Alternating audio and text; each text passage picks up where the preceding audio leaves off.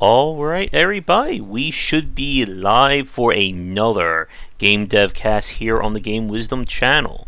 As always, I am Josh Placer, and for our cast tonight, we have another adventure game developer on to talk about his career, as well as adventure game design and his upcoming title. Please welcome to the cast, Francisco Gonzalez. How are you doing? I am doing all right, all things considered. How are you? I am doing alright as well. Francisco is in Brooklyn, so he's pretty close to me here in New Jersey, and we're both kind of knee-deep in the quarantine right now. Yep. But as with all the guests we've had on, developers and gamers, we're used to staying at home. So the family may be going crazy, but it's just like our normal everyday 9 to 5. Yep, it's true. We've practiced for this. Mm-hmm. So it is great to talk with you. Francisco reached out after our cast with Julia from last week, who's working on the Crimson Diamond. And Francisco is the developer of, well, hopefully, fingers crossed I don't butcher this too badly, Grundislav Games. I know I just horribly butchered that, I'm sorry. No, you got it. Grundislav Games. You got it. And you've been working on adventure games for, has it been at least like 14, 15 years now? Yeah, that's about right. I mean, commercially it's been 5, but as a hobby, it's been actually about 19 years now. Oh, wow. So that's, ugh. I know, no game developer wants to talk about time. It's a very sad and scary prospect. Yeah. But the last game that you released, that was Lamplight City. And I played that one, and you are currently working on, as I said, the game Rosewater, that we'll be talking about later on in this cast. So, to get things started, since this is your first time on, could you talk a little bit about your background in the game dev space? Sure. Well, first of all, thanks for having me on. I'm like I said before we started, I'm glad that that there's people willing to talk to adventure game developers, and it's cool to see that you've been talking to other adventure game developers as well as myself now. So yeah, my background is basically I grew up playing all the classic Sierra and LucasArts point-and-click adventure games, and I always wanted to make one. And I experimented with a bunch of little programs here and there, including Click and Play, if anyone remembers that. Oh, yeah. I think I saw the manual for that somewhere around here. It's huge. I still have a boxed copy. Yeah. Sadly, it doesn't run anymore. I participated in the Global Game Jam, and I was like, hey, wouldn't it be funny if we could use Click and Play? But unfortunately, it doesn't run anymore on modern systems. Nuts. Anyway, yeah, so I played around, and I actually managed to kind of make a sort of adventure game in Click and Play. And then I kind of just sort of didn't find anything, because I mean, I had no coding experience or anything. Mm-hmm. And then in about 2001, when I was in college, I Googled Adventure Game Maker, and I found Adventure Game Studio, which is the program that I have been using ever since. And pretty much just cut my teeth on that, learning just how to make little games here and there. I made a bunch of little games. There was a community project called Reality on the Norm, which was where I got my start, and where I kind of started meeting people in the community, including Dave Gilbert, who at the time went by Game Geezer because he thought he was an old man because he was like 24 or something. The average age at that time was like 16, I think. I was like 19. And yeah, so Reality on the Norm was this interesting community project that was actually started by Ben Croshaw, also known as Yahtzee, who now writes for The Escapist, but he also got his start in AGS. He made a series called the Chizo Mythos, with these games called 5 Days a Stranger, 7 Days a Skeptic. There were horror games that they were pretty cool, and Yahtzee was pretty much one of the first people to complete a game in AGS. So he was kind of the poster child for, look, this engine can actually be used to make games. Because before that, there was a project that some people were working on called Scram, SCRAMM, which was supposed to be like Scum, the system that LucasArts used. but it never really got anywhere, unfortunately. It was one of those things where they kept talking about how great it was going to be, but nothing ever. I don't think there was ever a playable version of it ever, or a usable version of it. So that was kind of a false start before getting to AGS, and then being cautious, thinking, oh, is this actually going to be something you can actually use? And Yazdi proved that it was. So anyway, Reality on the Norm was this thing that he started where, and my heater is starting now, so get ready for some shrieks.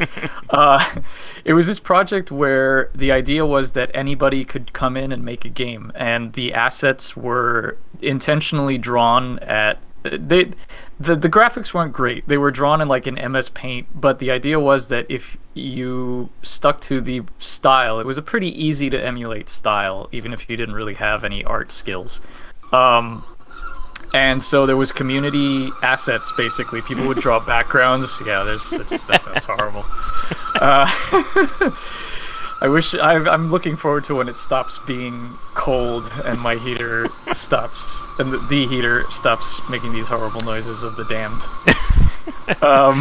You could it's use atmospheric. that. Yeah, you could use that as like a noise for one of the games. Like there's like a monster, or the house is talking. I know. Whenever I do my development streams and the heater comes on, people are like, "Oh, you should sample that as some sort of weird like steampunk horrible noise." I'm like, "Yeah, I should probably." It's alternately, I should just suggest to my landlord that he call to a maintenance person and fix whatever loose belt is making it scream like that.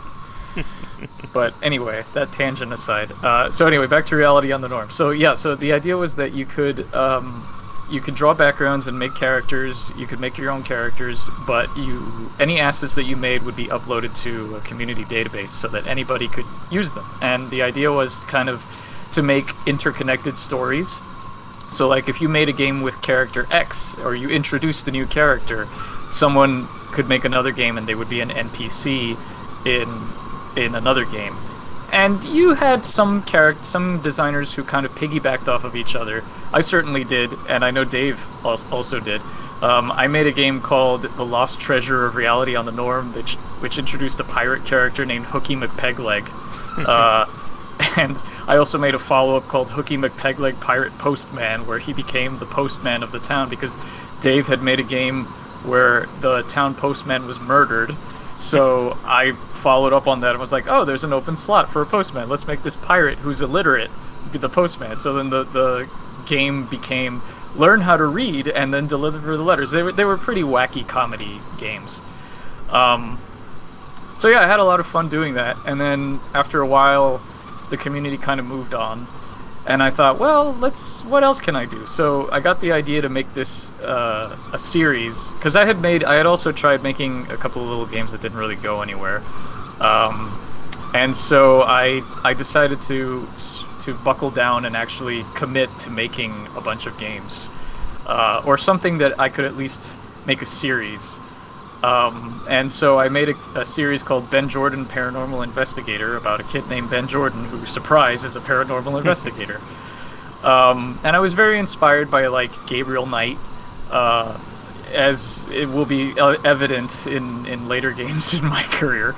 But I was always really interested in the idea of not really going for like a monster of the week sort of thing like Gabriel Knight kind of did. But I wanted to make not so much an episodic series. Well, I guess it was episodic. I wanted to just make a series of games that were all part of one whole, but each was a standalone case. So I really liked the idea of having each case set in a different world, like a real-world location, and basing the stuff that he investigated on actual, like, real-world folklore and myths and things like that, rather than just generic, like, oh, vampires, werewolves, sort of thing. So I made 8 games in the series, including 2 remakes, because I kind of started off... I made the first 3 games in 1 year. In fact, I made the first game in like 2 weeks, and it shows. Like, you could finish it in 15 minutes. And back then, I was just, I would put 2 green squiggles together and call it a tree.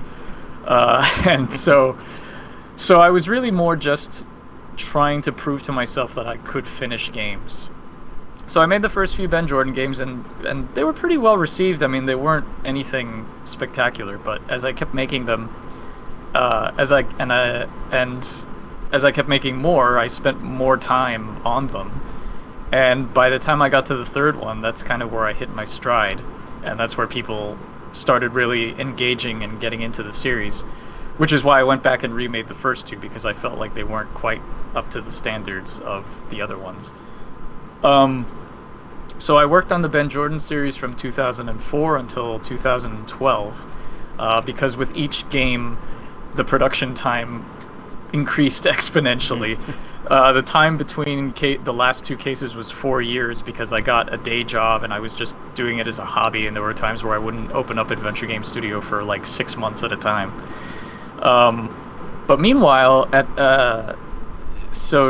Dave, who I had met and befriended through the community meetups for Adventure Game Studio, he had started publishing. He had formed Wadgetai, and he had started publishing games.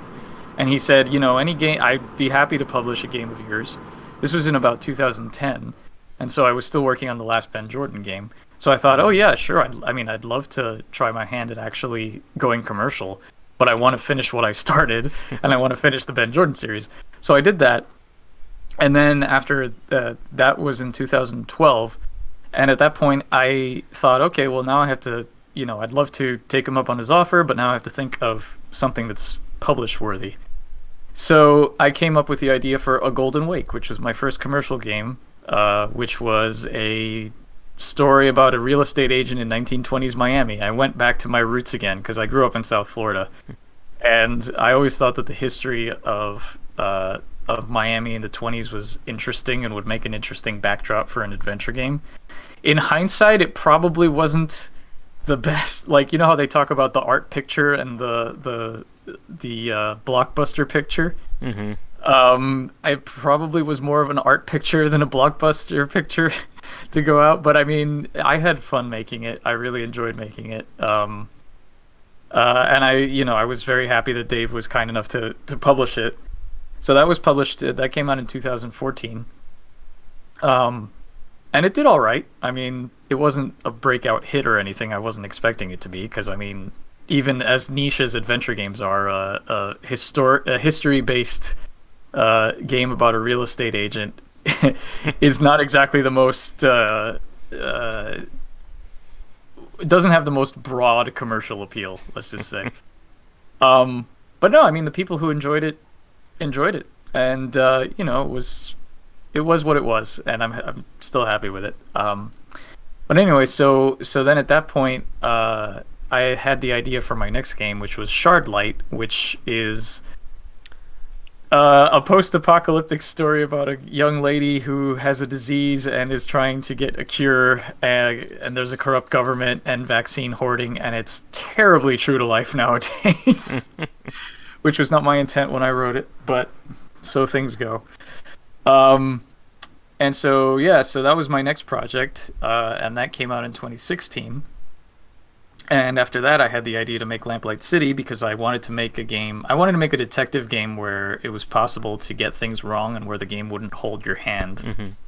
And I also wanted to make a sort of period piece in the 19th century, because that's where the best detective fiction is set. And so I ended up making Lamplight City, which was actually an alternate history 19th century with steampunk elements. And that was going to be published by Wadgetai, but then we realized that we weren't quite on the same page creatively, so I had to find another publisher, and I found Application Systems Heidelberg, who ended up publishing that game.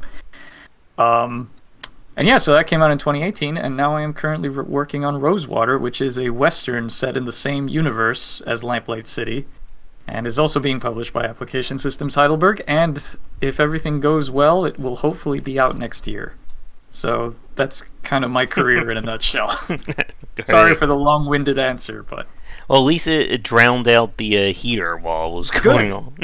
Good. Yeah, and hopefully it'll be a while before it starts up again, so... So, as you said, like, with your kind of like your first like hobby, the Ben Porter series back in 2004, that would have been like I was talking to Julia about, it's like that very like awkward period of the adventure game genre, where it's still trying to like really like find itself. It seemed like in major markets. Yeah, that was definitely the lull period, like just between sort of that. It was sort of that period between 1999 when everyone talks about, that one puzzle that shall remain nameless because if I have to hear about it one more time, I'm gonna scream. That 19 between like 1999 and about 2005, 2006 when Telltale came about, that was kind of the sort of not so many adventure games. And I mean, there were adventure games, like there was stuff like Runaway, a road adventure, and like Still Life and things like that. There was a company called the Adventure Company that would publish these games. Mm-hmm. But they weren't there were nothing to write home about. Like nothing against the games, but some of them had issues. But yeah, there was definitely that lull period, and then there was Telltale came about, and then there was the resurgence, and then there was this sort of indie resurgence, and that's kind of led to where we are now. Mm-hmm. I guess for you and like your style of adventure games, like what kind of like what's your focus? I think in terms of adventure game design, because as we've talked about before, we've seen kind of like that divide between either the adventure games that focus more on story above all else, versus those. Now my phone's ringing in the background. Versus those who are more puzzle oriented, and it's about Right. challenging the player with all manner of brain teasers and things like that. I mean, my approach has changed over the years because in the early Ben Jordan games, I was also very much about this is an adventure game, so I have to put in puzzles. And there was a lot of puzzles that I put in that were not great. I remember there was one puzzle in the second Ben Jordan game where you have to get a map from a guy. He's standing in the middle of the desert, and he has a map on his table in front of him. And the solution to the puzzle is you have to get a flower that will make him sneeze, and when he sneezes, he blows the map off of the table, and it falls on the ground, and you pick it up. And he's like, maintain eye contact with me. For some reason, because he's like, it was very convoluted and very stupid. But the solution was you're supposed to draw a fake map in order to have that to swap it out. So I had a lot of really stupid puzzles in the early days, just because I thought, oh, well, I need to put in puzzles. And I had obviously grown up playing adventure games that had slightly more illogical puzzles. So I thought, okay, well, that's acceptable, right? And I think people were a lot more forgiving of that because they were free downloads. And so, you could be forgiven for having terrible puzzles or not so great writing or whatever, or bad art, which certainly the Ben Jordan games all had. But yeah, as I've played more games and as I've matured as a designer, and I've realized what I like in games and what I don't like in games, I've definitely shifted more towards a focus on the story. Which is not to say that I dislike puzzles. It's just that I find it's really, really hard to strike a balance between puzzles that are logical and puzzles that are too easy, because I don't like to design puzzles where the so-called moon logic puzzles where when you solve it you think, well, how was I supposed to understand that? Or how was I supposed to figure that out? I like to design puzzles that make sense within the world, within the rules of the world that I've established, or just, if you pick up a crowbar, use the crowbar to pry something open, not to combine it with a rope to make a fishing rod or whatever. And as a result, I feel like a lot of the times people feel like the puzzle solutions are too easy because it's the first thing they think of, which that's fine. I mean, so I don't feel like I've come to to sort, at least currently my feeling is that when I design puzzles, I don't think of them as puzzles like in the sense of, a chess puzzle or something. I think of them more as obstacles, like what is in my way, what's blocking my progress of the story, like as a classic example of like somebody guarding a door or not letting you in some place. They're guarding a door for whatever reason, right?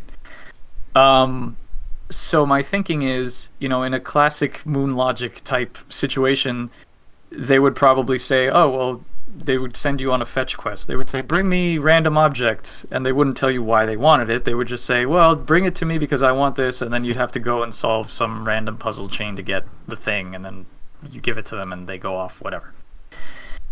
And, the fetch quest still has its place, but I think it's more interesting if you can use it to learn more about the character, for example, or learn more about the world. Like, why are they guarding the door? What incentive do they have to be there?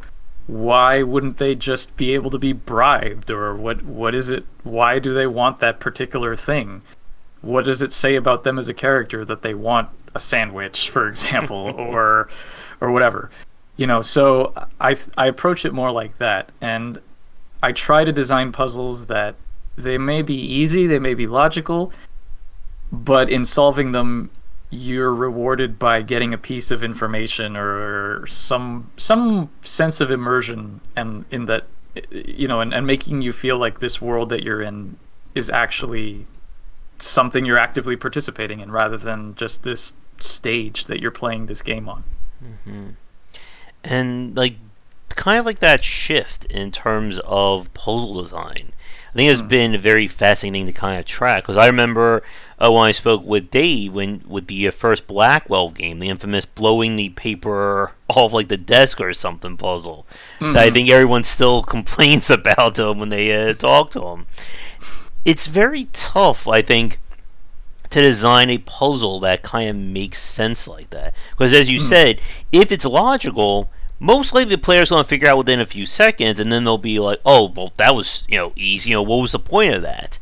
But then, of course, the complete extreme is, we go back to the old days of King's Quest, Gabriel Knight, and all those games where, as you said, the puzzle's use the crowbar to turn into a wig, to give it to somebody, to then knock them out, and it makes no sense. And it's very hard. I guess this is a very interesting for you.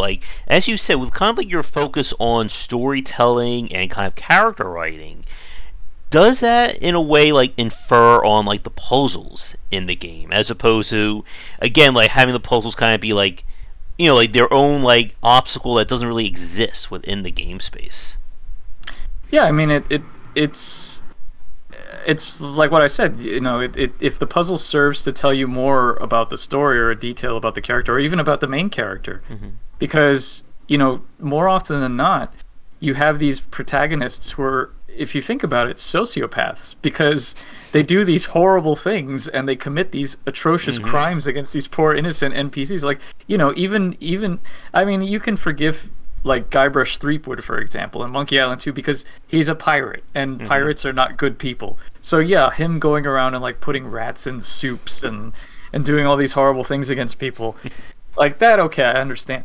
But if you have a protagonist that's supposed to be likable, and then they go around and they do these horrible things, it's there's the ludonarrative dissonance, to bring up that terminology, of just I'm supposed to like this person, I'm supposed to identify this person, I'm supposed to feel like I am this person because I'm playing as them, and yet this person has no qualms about just being awful, and it's interesting just to look at the old games again, even the King's Quest games. I mean, I love the King's Quest games, but if you think about it or you look at it, there was no real character development until King's Quest 6, and even then, Alexander in King's Quest 6 it's basically a story about a stalker, because the whole premise is he's traveled to this land and he's desperately trying to find the princess, who he's only met for 5 minutes in the previous game, and he's been obsessing over, and he doesn't even know if she likes him, really,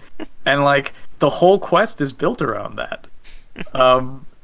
And it's a great game. It's my favorite game in the series. It's charming and it's fun and everything. But if you sit down and think about it, it's he's really not a good guy at all. And even King Graham, I've spoken with Josh Mandel, who voiced him, and he's the only direction they gave me was that he's buff. That's he should always be buff. He never feels tired. He's never unsure of himself. He's very one-dimensional, and it's just, I'm King Graham. So in a lot of the games of the quote unquote golden age, there really wasn't that much focus on the characters, and I feel like in the more modern design sensibility, that's what takes the forefront, because people are interested in a good story, they're interested in the characters, in the memorable, hopefully you have memorable characters in your game, and that's what brings people back, hopefully.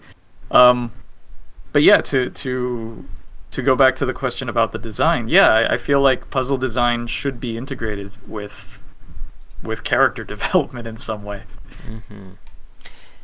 And I think, like as you said, like also with like when you're designing like unique, my voice is dying. That's good. As you were saying, when you were designing a Lamplight City, and like having like this set in like an alternate world, so it's not 100% real world logic to that game. You're dealing with a steampunk driven kind of design. Or even, let's see, Daji-san in chat saying, really like Shardlight's puzzle inside the factory, it's logical but can have multiple endings to it. And right, yeah, okay. It's been a while, I forgot. Like, when we start dealing with stuff like that, like, when you have kind of logical design in almost an illogical world, I think it gets a little bit more interesting in terms of designing the puzzles. And another, I think, really good example of that would be kind of how Dave Gilbert's style has evolved with the Blackwell series and then Unveiled. That kind of puzzle design, you have a character, somebody who can phase through walls or magically create fire out of anything. And then it becomes a case of, I have all these very weird tools in my toolbox, but it works within that space. And I think, and as you said, like, when you can kind of build a character around that, I think it does add to like kind of like the lore and the world building of the setting. Yeah, absolutely. Or alternately, if you determine what your character's occupation is, yeah, you can design puzzles about that. Actually, yeah, I asked a question about that. I moderated a panel at PAX East that Julia and Dave and Katie Hallahan were all on. Oh, nice. Yeah, this past February when you could still go out, just before everything went crazy. But yeah, I asked them because we've all designed games where the protagonist has a specific occupation or a specific skill set. Like you said, in Unavowed, you have all the companion characters have their specific skills. In the Crimson Diamond, the main character is a mineralogist, however you say that. Phoenix Online did the Erica Cognition series. Reed. It was Erica Reed, right? Yeah. Erica Cognition, where she was a psychic investigator. And yeah, like Shardlight, for example, the main character is a mechanic. And so, yeah, when you have a character that has a specific skill set or a specific occupation, in a way it makes things easier because you can use that in your puzzle design. So, like, I know the Crimson Diamond has a few puzzles that involve analyzing rocks and incorporate the mineralogist aspect. And yeah, the multiple solutions in Unavowed are geared towards what companions with what abilities you have. And with Shardlight, like, it was weird because Shardlight got a little bit of flack because there were multiple puzzles where you get a crossbow and you use the crossbow to solve a few puzzles. And a lot of people complained that it was like, there's just all the puzzle solutions are the same. You just have to use the crossbow on things. And maybe they weren't spaced apart enough. Yeah, sure. I mean, I don't think any game I've ever made is perfect. I can recognize the flaws in any game I've made. But my thinking behind that was, like, in a post-apocalyptic world, your main character is pretty much a scavenger. She's going to use what she has at hand. And to be able to use a tool multiple times, as long as it's not the exact same puzzle over and over again, I think that's a perfectly, reasonable thing to do. The one thing that I do kick myself about is the fact that Amy is a mechanic, but I didn't have any, like, mechanic tinkering puzzles, only because I'm not a very mechanically oriented person. So when I was designing the puzzles, I was like, I don't want to put in, like, I don't know if I can code this, I don't know. So I kind of bypassed that. Whereas if I had the chance to do it over again, I probably would have incorporated at least a few more of those. But yeah, the interesting thing about the design of Lamplight City was that I didn't have any inventory-based puzzles in that game, because I figured you're playing as a detective, your main focus is investigating and interrogating, and there are some puzzles, but they're just not inventory-based. The idea was that like solving the cases was the puzzle. If you're a detective and you need to do your focus is on catching the criminal. It's not putting together items to put things together. And a few people didn't like that. They felt like not having inventory puzzles meant it wasn't a real adventure game, or it didn't have any interactivity, and I get that. But the people who did get it liked it, so that's good. It was very much an experiment, but it's funny because the Westwood Blade Runner game that just got re-released recently also didn't have inventory, and people love that game. The only like unique mechanic is that you can shoot things, which I didn't include in Lamplight City, but and yeah, that's also influenced my my design for Rosewater, because the main character, I mean, we can talk about it in more detail later, but the main character in Rosewater, her thing is that she's a writer, but she comes from a past as a bare knuckle brawler, so she has a sort of violent streak in her. And so I'm designing puzzles with, some of them have alternate solutions, which are slightly more violent, because it's within the scope of her personality. It goes back to what I was saying about like sociopath characters, where if you have no reason for the character to be violent, or you have no reason for the character to do what they do, it comes out of nowhere. But if you establish that that's part of who they are, then you have a little bit more wiggle room to have them do more outlandish things. Yeah, I guess like building off this idea of like kind of the puzzle design, I'm assuming then you're not a fan of like when puzzles are just kind of like dropped into the world. I mentioned this with Julia, the ever popular, Towers of Hanoi, the box sliding puzzle. I'm trying to think if there's any like other like really standout Mazes. Like what was that? Mazes. Oh yeah, mazes. What else? I know there's a few other like big examples of like just like what we see in like every like adventure game, or just even the AAA like action titles. Sometimes put these puzzles in just because, navigate like a ball or something, like so it doesn't like fall specifically through a hole. Somebody mentioned this on Twitter last week. The motion control puzzles in Breath of the Wild. You have to like flip. You have to flip your Joy Cons around. You gotta try to get the thing. I could never get those to work. Yeah, that's what I like to call the Highlights magazine school of puzzle design. Yeah, I'm not really generally a fan of those, because I feel like more often than not, it does just feel like they're being thrown in there for padding, or to have a puzzle just for the sake of the puzzle. It's especially ridiculous when you have things that are supposed to be like, these ancient locks that have been set by these secret order of ancient knights from centuries ago, and it's a sliding tile puzzle. Yeah. Like, really, if you're trying to keep your sacred treasure safe, don't you think you would design something a little bit more complex than something that can be cracked by anybody who's played? So it is a bit immersion breaking, I feel. Yeah. And also, generally, they're just not fun. I mean, it's, it just feels like there's so much more potential there. Yeah.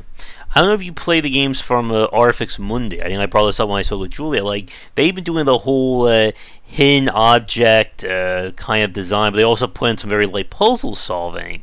And it does fall into that same kind of trap where, you are exploring some mysterious ruins where there's ghosts and creatures all around, but you need to match, the color lights to the color wires. Yeah. What's that one they do? Oh yeah, you have to connect everything together, but the wires can't cross. Or here's the other one that's one of my favorites, and you have to follow like a bunch of knotted cords and wires. So you have to figure out where the one thing connects to in like the sea of knots. I think that may just be like punishment for all the developers of all like the wires and computer parts hanging around. That must be where that puzzle came from. Maybe. Maybe. But yeah, it definitely breaks any sense of immersion. It's funny. It's someone in the chat says Indiana Jones and the Last Crusade Labyrinth. It's interesting because it was that game's 30th anniversary recently, and I saw a talk by Noah Falstein and David Fox, who were two of the designers, and it was a really interesting talk, just like a post-mortem of the game. And they mentioned that the reason that they put in those labyrinths and some of the more obtuse puzzles was because back in the day, adventure games, for whatever reason, were expected to have something like 40 hours of playtime. Mm-hmm.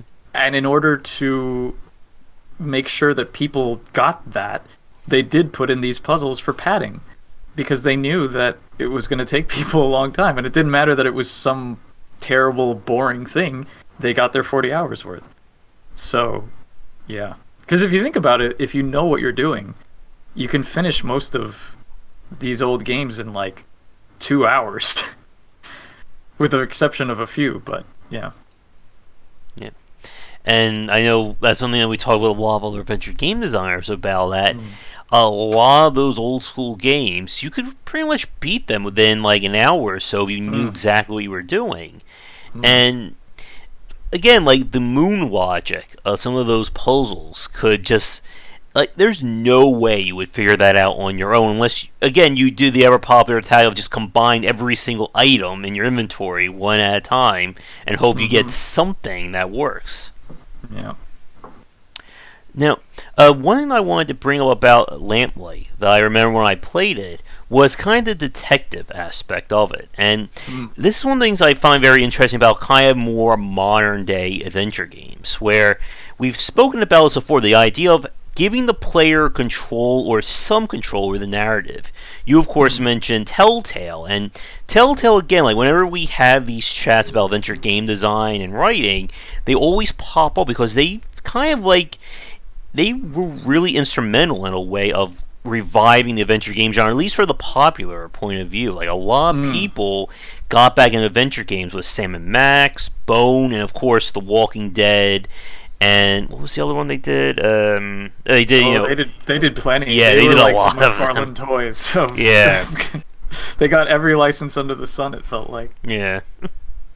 Yeah, they did Game of Thrones, they did Tales from the Borderlands, they did Minecraft story mode, they did Batman, they did The Wolf Among Us. Oh, yeah. Back to the Future. Apparently they're doing another Wolf Among Us. They came back in a way. Yeah, I'm curious to see how that works out. Yeah.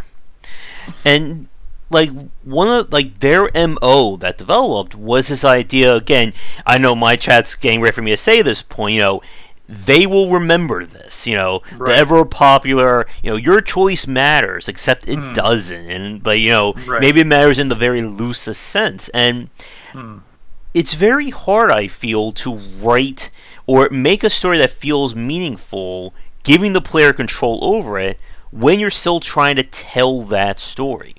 And one of the things I found interesting about Lamplight and also with Unveiled is that idea again of like this kind of like case by case or episodic format that kind of seems to work in a way to alleviate that, in the way that you can have your choice matter till the end of the case wraps up, and then that kind of locks in like what the story is until you move on to the next. But I found it very fascinating with the detective aspect, and what I wanted to ask you about was the idea that the player can essentially fail the case, but the story moves on. Because that, I think, is a very fascinating part of... We don't see a lot of games do that, where the player fails, but there's still progress. Because not only with adventure games, with just games in general, the game stops until the player beats the boss, or they find the key, or they solve the riddle, or... Right. Oh, I think I lost you. Yeah, you're back again. There you are. Okay. Yeah, so I wanted to just ask you about what was the decision to kind of design Lamplight in that way of allowing, progress even on failure in a sense. Yeah, so that was it was interesting because I I played a bunch of detective games, and um, so the two games I think that influenced me the most were L.A. Noire and Sherlock Holmes: Crimes and Punishments. Sherlock Holmes: Crimes and Punishments is by Frogwares, who have done a bunch of Sherlock Holmes games, and they had done a few ones before, but Crimes and Punishments was the first one where you could accuse multiple suspects in each case. And not only could you accuse multiple suspects, but you also could determine whether to acquit them or convict them. And so that was really interesting to me because a lot of the times when you play a detective game, it, like you said, it stops. It holds your hand until you find the clue, or like it won't let you progress until you find the clue you need. And like, so L.A. Noire, the whole mechanic of that game was the interrogation system, where like you had to watch people's faces and tell if they were lying or not. And you know, when I played through the first time, I wanted to get all of them right. You know, I wanted to be the best detective I could be. And I tried doing that, and you know, I got through it, and I felt really good. And then I decided to go back and play again, failing everything on purpose to see what happened. And it made no difference whatsoever, because even if you failed every interrogation, there were a few where it would be game over if you did.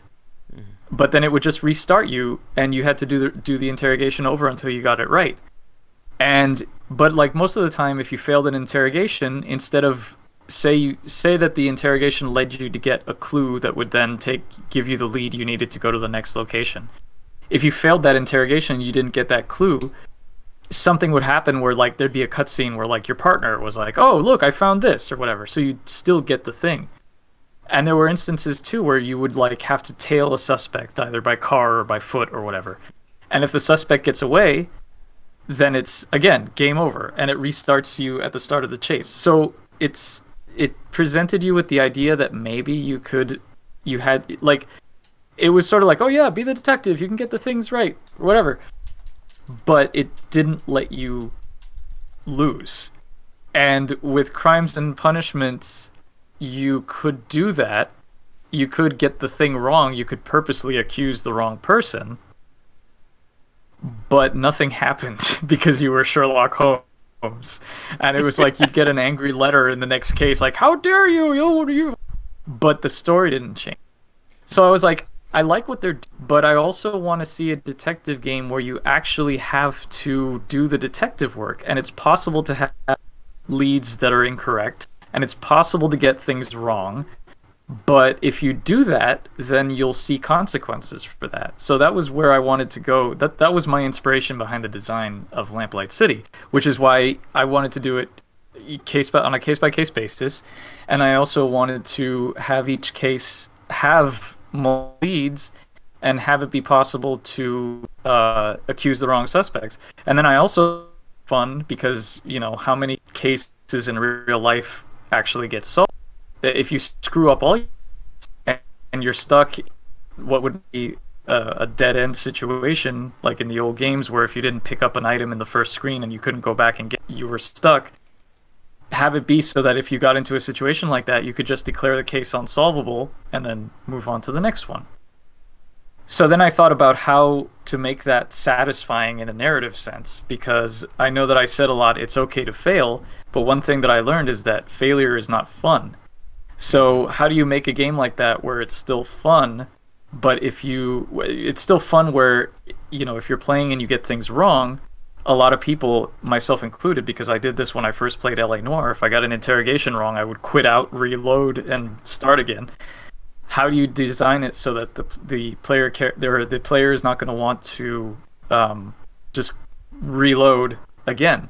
Because one thing I noticed was a lot of people said, you know, it's unacceptable. Like, not being locked out of the correct solution for a case or the optimal solution of the case was just as bad as the game not allowing you to proceed. Yeah. They were like, well, if I can't solve the case, what's the point? And that's a totally valid argument.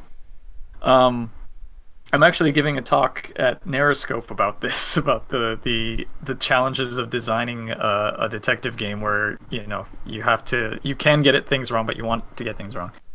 And one thing that I think is interesting looking back on it is sort of the different approaches that Dave and I both took designing our respective games. Because with Lamplight City, if you get something wrong, it locks you out and it closes off your opportunities. Whereas with Unavowed, you pick who you go with.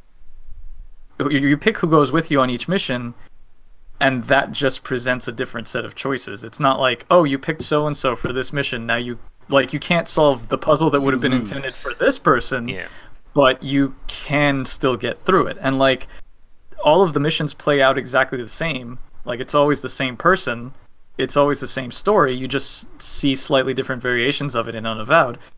In Lamplight City, it's possible to not see an entire chunk of a case. But I feel like it's more rewarding for the players to just be able to see different things rather than know that they are not being able to see a thing because they did something wrong. Yeah. So yeah, I've taken that to heart, and when I do a sequel to Lamplight City, I'm definitely going to approach it from more of a get rewarded for uncovering more things rather than be punished for not uncovering something or making someone angry type of thing. Yeah, and again, it's a very tricky line to walk, not just with adventure games, but with just game design in general. That at the end of the day, the player wants to feel like they're getting something out of the game, and there's of course we could easily segue into a discussion about the whole Souls-like genre, and that idea that you are going to get stuck at this boss until you beat it, and if you don't do it, there's no progress. Like, welcome to the next 20 hours of your life. And, right. Enjoy seeing the "you died" screen, that will it'll get superimposed onto your monitor, your TV. And there are people... Just get it tattooed on your forehead. Yeah. And there are people like me who we will play that game for 15, 20 hours until we beat that boss, and then we'll...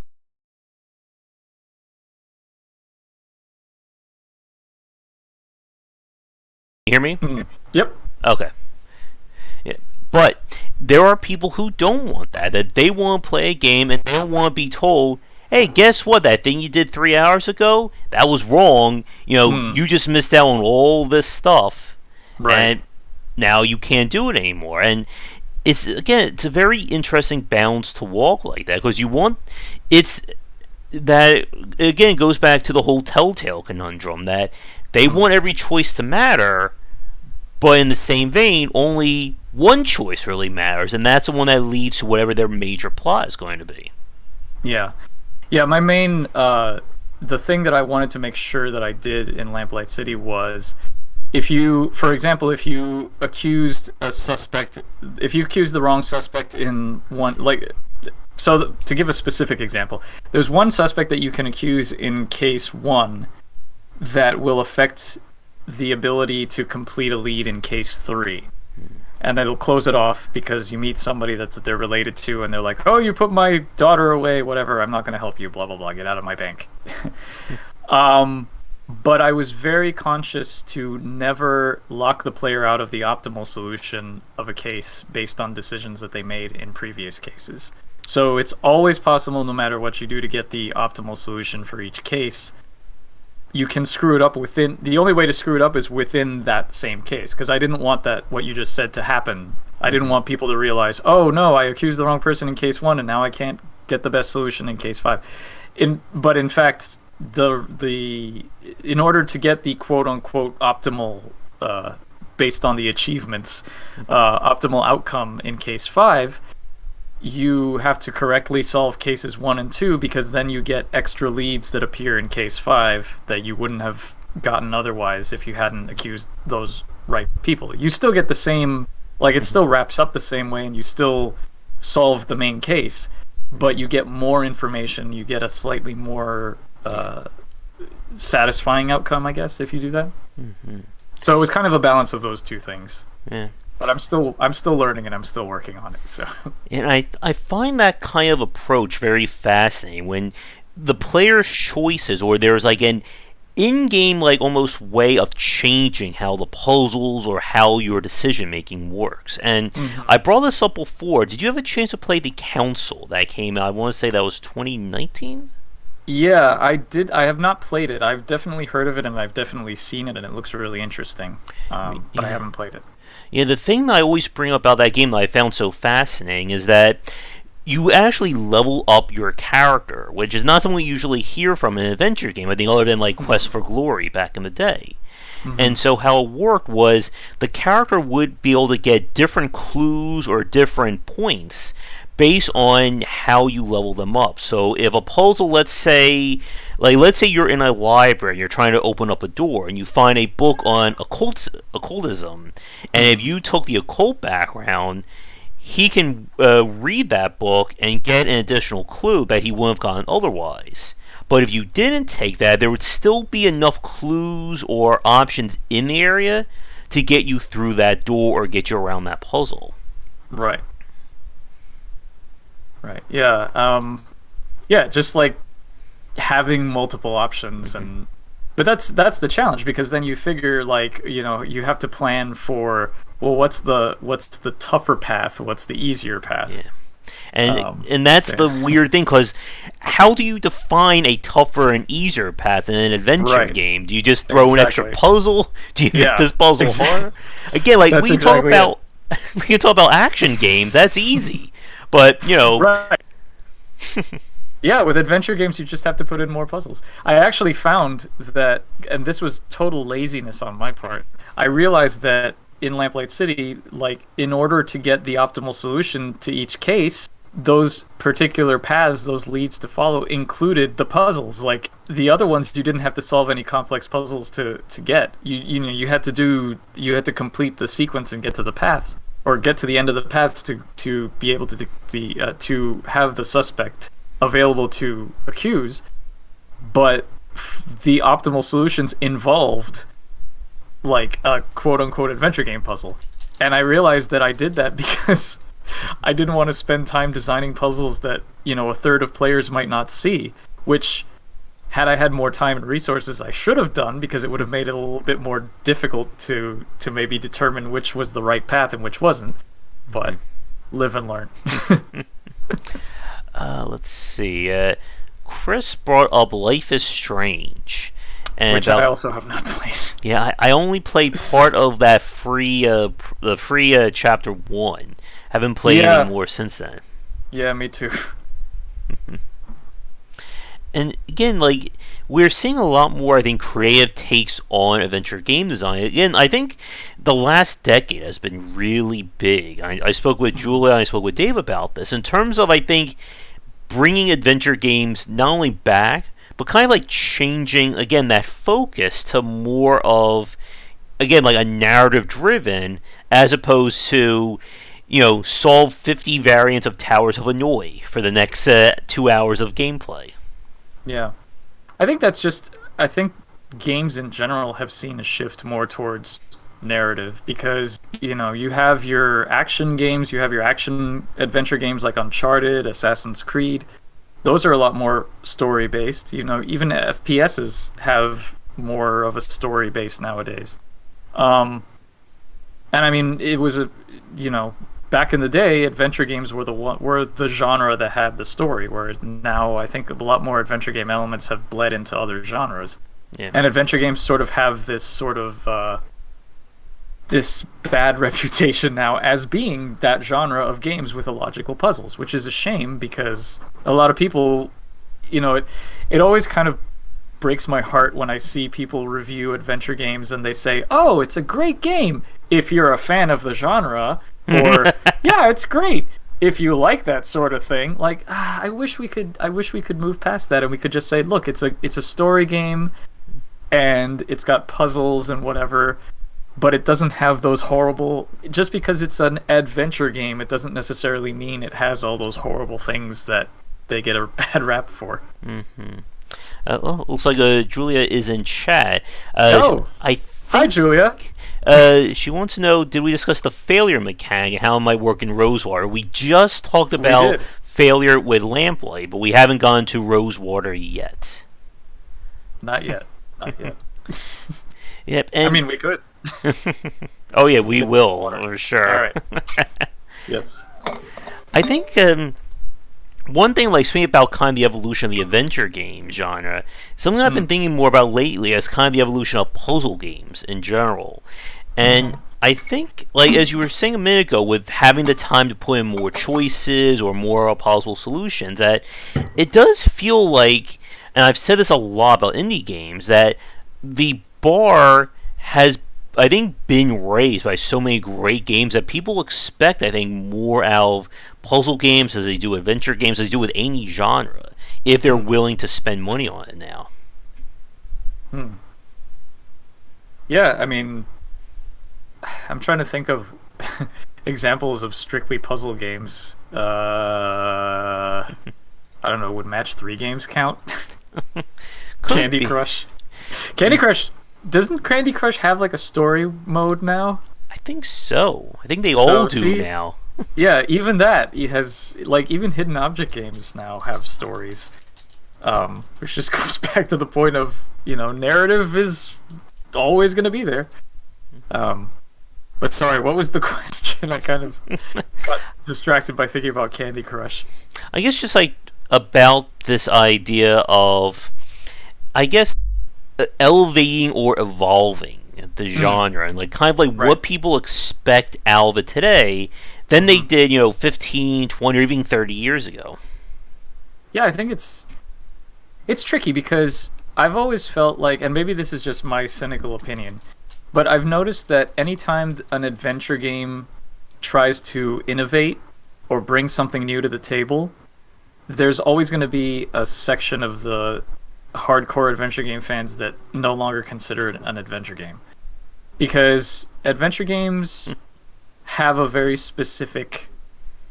There's a lot of people who have a very specific idea of what constitutes an adventure game. And as we've said, it usually involves inventory combination puzzles and whatever other trappings of adventure games there are. And if you change anything about that, then people start to say, oh, well, it's not really an adventure game. So I've always found it really difficult to figure out how to innovate the genre. Because even if you think about it, there's... I don't know, I feel like there's a lot of things that haven't really changed much. They've just sort of been repurposed.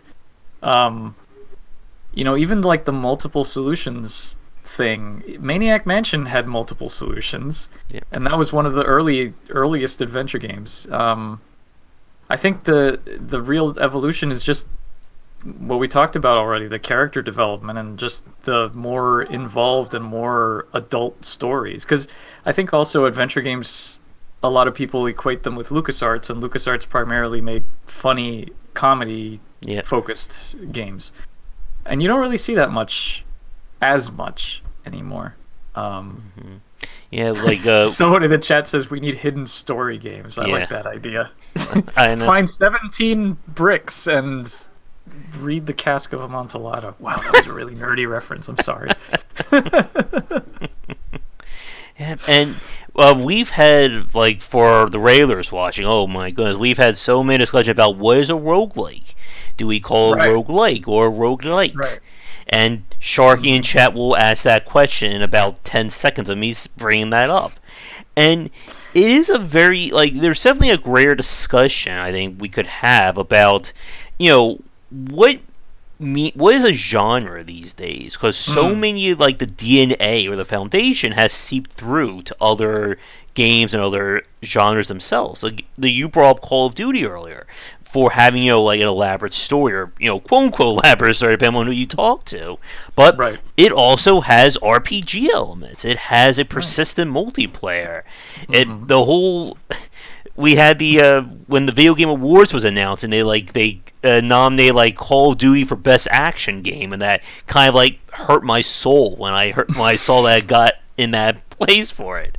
Well, it hurts my soul when you go on Steam and you search adventure game, and the number one game is Grand Theft Auto 5. Ooh.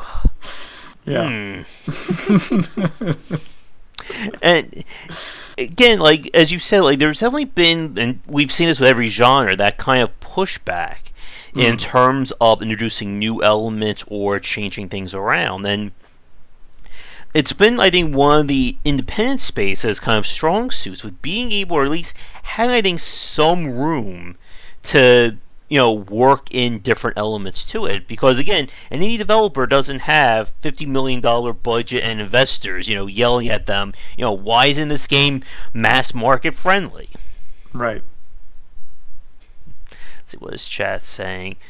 Oh, and now we're talking about Metroidvanias. There's another good one as well.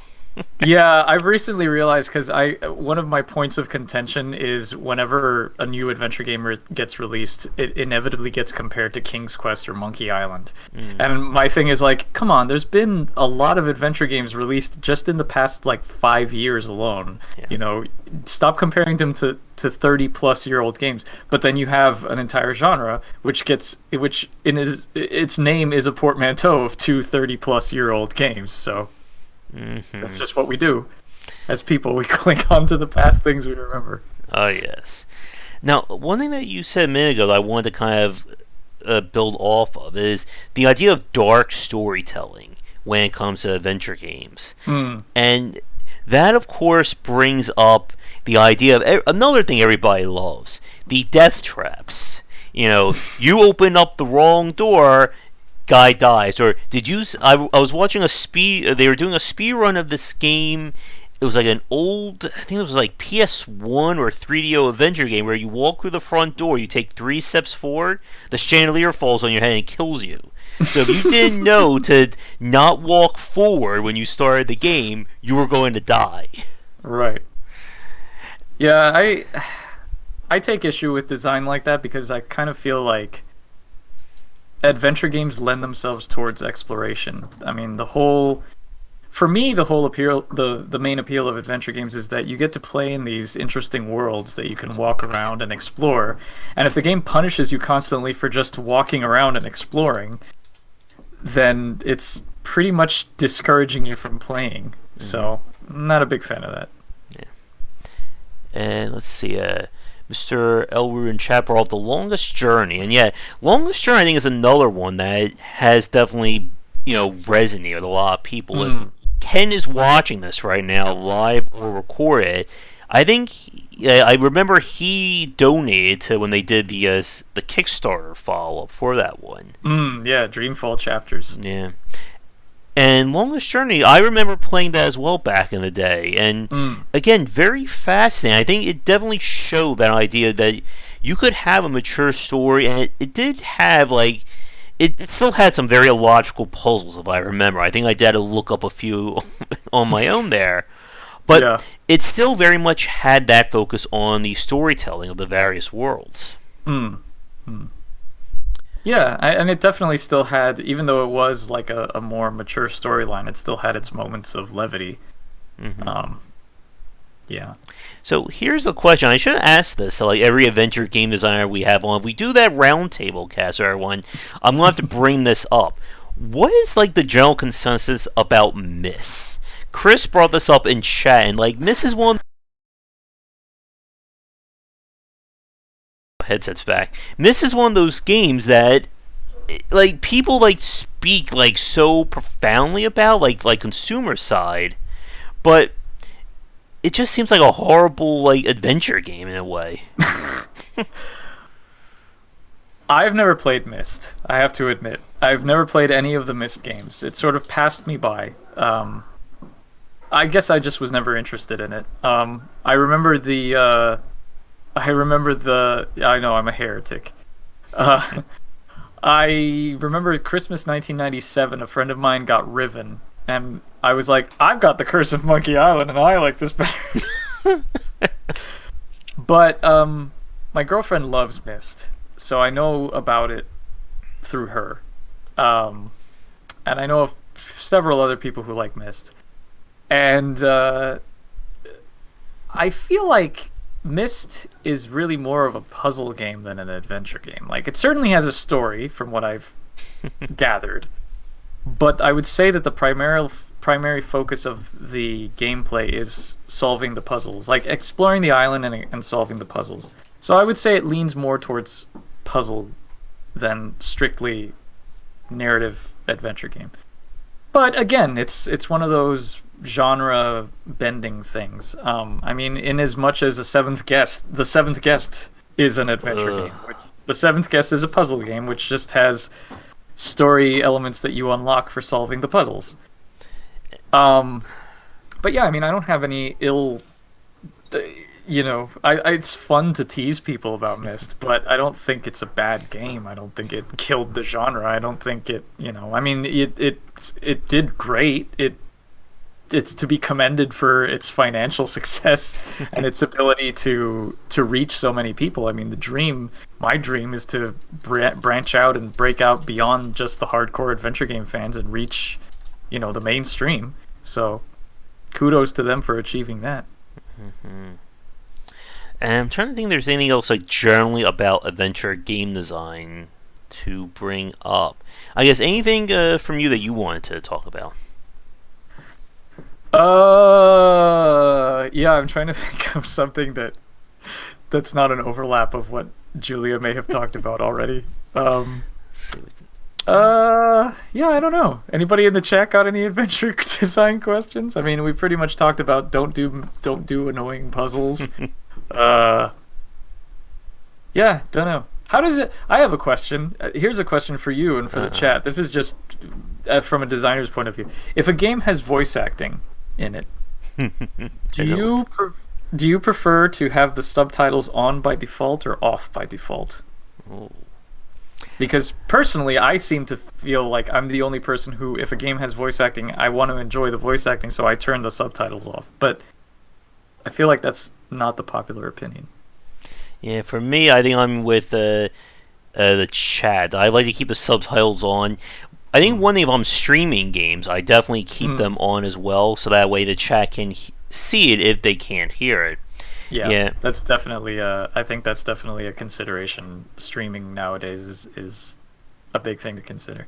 My pet peeve is just when if you, as a designer, my pet peeve is you spend so much time and effort in the voice acting, and if you have people who read faster than they hear the voice acting, they click through it. It's like, come on. But I think a solution to that is to write lines that are short, so that they get read roughly at the same time that the player reads them. Because if you have like a big chunk of text, and you'll generally read through it faster.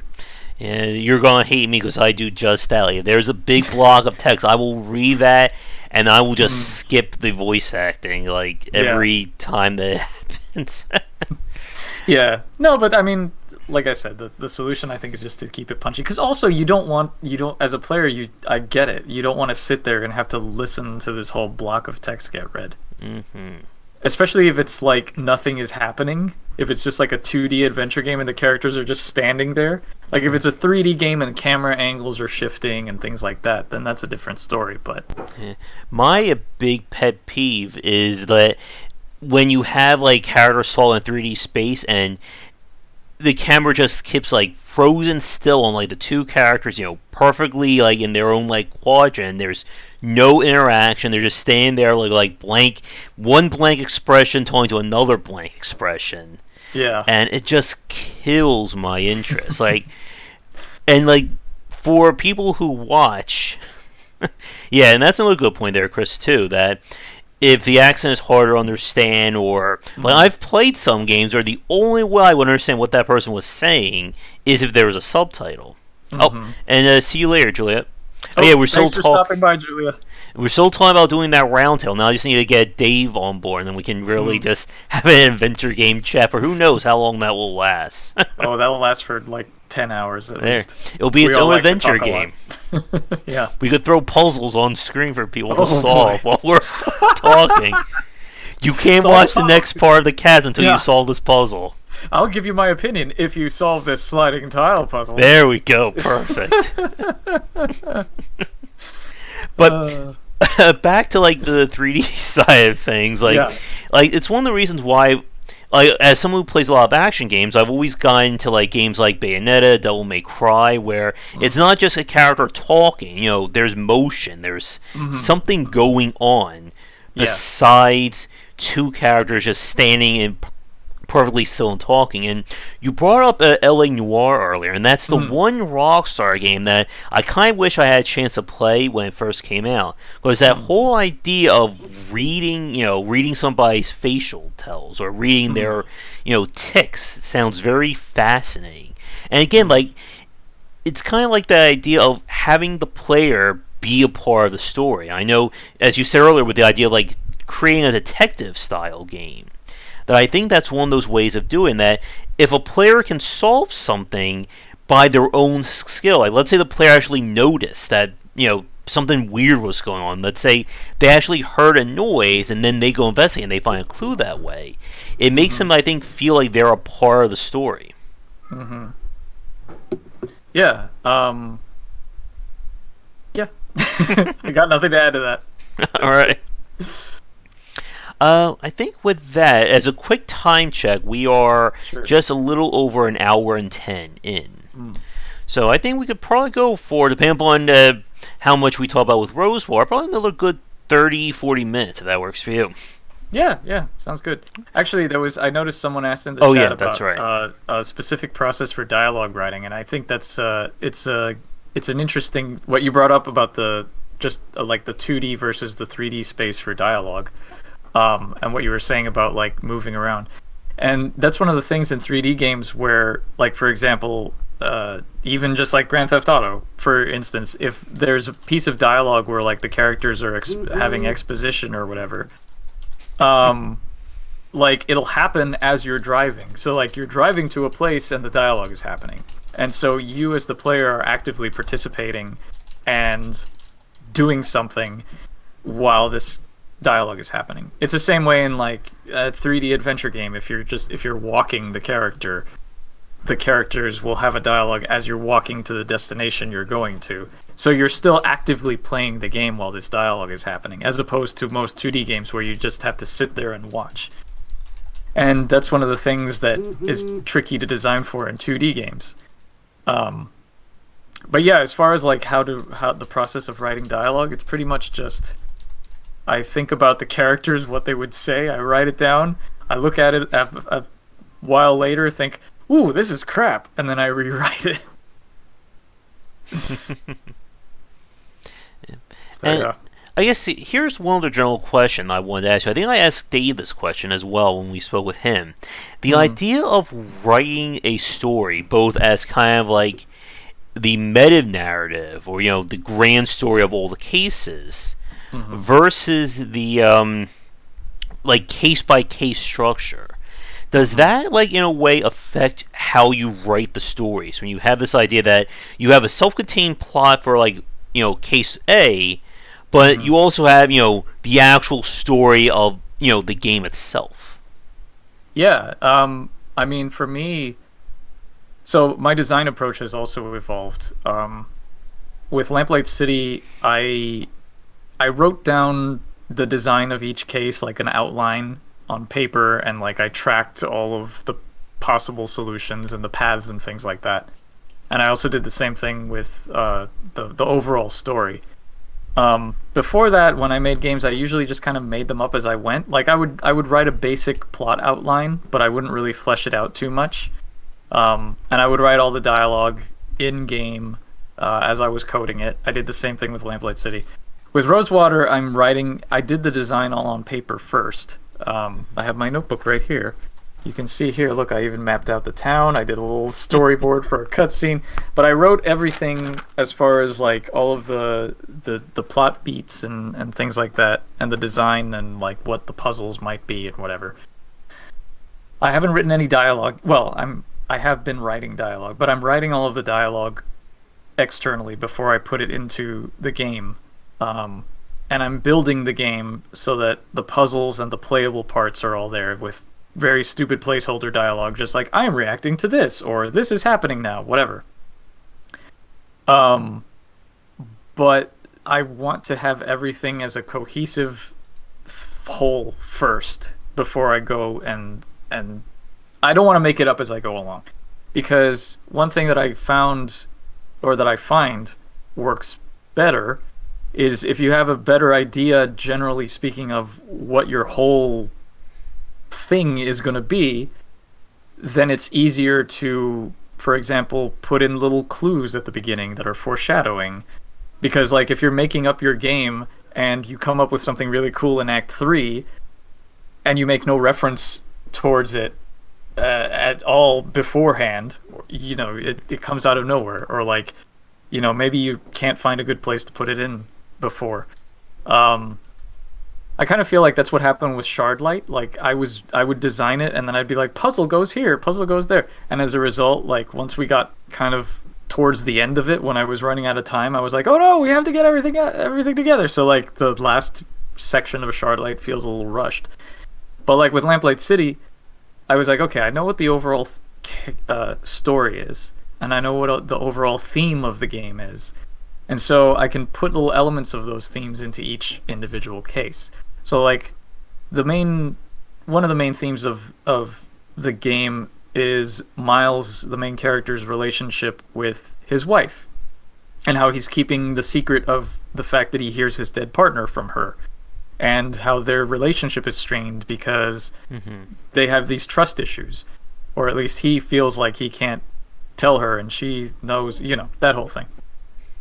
So the stories of each case, rather than just being, oh, well, here's a random cool thing that we can investigate, like, I tried to incorporate those themes as a reflection of what Miles was going through, so that even though he was solving these cases, they kind of had to do with what he was going through. So, like, in the second case, it's a kidnapping, and the parents of the baby are keeping secrets from each other, and so he's seeing how this affects their relationship, and he thinks, oh, well, how does this deal, or the player can see, like, the parallels between that. There's a couple of other cases where there's also, like, people keeping secrets from people keeping secrets from each other is pretty standard fare for detective games, but it gives the opportunity to design something more complex and more interesting, I feel like, if you have everything laid out from the get-go. Yeah. And I think from, like, a structure, the storytelling point of view, like, being able to design a game to have, like, these downtimes or these character moments, I think is another very important point. As you said earlier, like, a lot of older school adventure games, your character was just basically, all you knew about the character was what's going on at that moment in time, and there's never really a point where you can actually, like, see what they're actually thinking, or, kind of get what's happening with them. And it leads again to that kind of dissonance of, you say this character's a nice person, but then they go around knocking guards out, putting poison in people's cups, messing with somebody just because they won't let them through a gate when they wanted to go. That's another very popular one. The place is closed, but you need to get in there anyway, so you will do anything and everything and ruin somebody's life just to get to that place instead of waiting like 2-3 hours, waiting until the morning. Yep. Yeah, stealing stuff, of course, yeah. Yep. So, I think with that, let's move on and talk a little bit more about Rosewater itself. And sure. For the chat, if you have any questions for us about Rosewater or about adventure game designs, definitely feel free to get them in. I'll give kind of like a last call for questions probably in the next 15 or so minutes as a heads up. So, for people new watching us right now, what is Rosewater? Rosewater is a Western adventure set in the same alternate 19th century as Lamplight City. And if you didn't play Lamplight City, the world that this is set in is an alternate 19th century where the United States never declared independence. So it's called the Commonwealth of Vespuccia, and it's pretty much like Canada or Australia in that it has a prime minister, and it's divided into 8 provinces. So Rosewater takes place in the province of Western Vespuccia, which is geographically about Arizona, Nevada, California, that part of the southwestern U.S. So the story of Rosewater is that you play as Harley Legere, who is a young woman she's a middle-aged woman. She's a woman who comes to the town of Rosewater seeking employment as a writer for the local newspaper, because she's kind of a writer satirist. Think of like Mark Twain. But she also grew up rough in the streets of New Britannia, aka Lamplight City. So she has this sort of fighter's past. So she's out west making a name for, trying to make a new life for herself. And she comes to Rosewater, and she gets given a puff piece to write about this guy who's a legend of the West, whose star has kind of faded.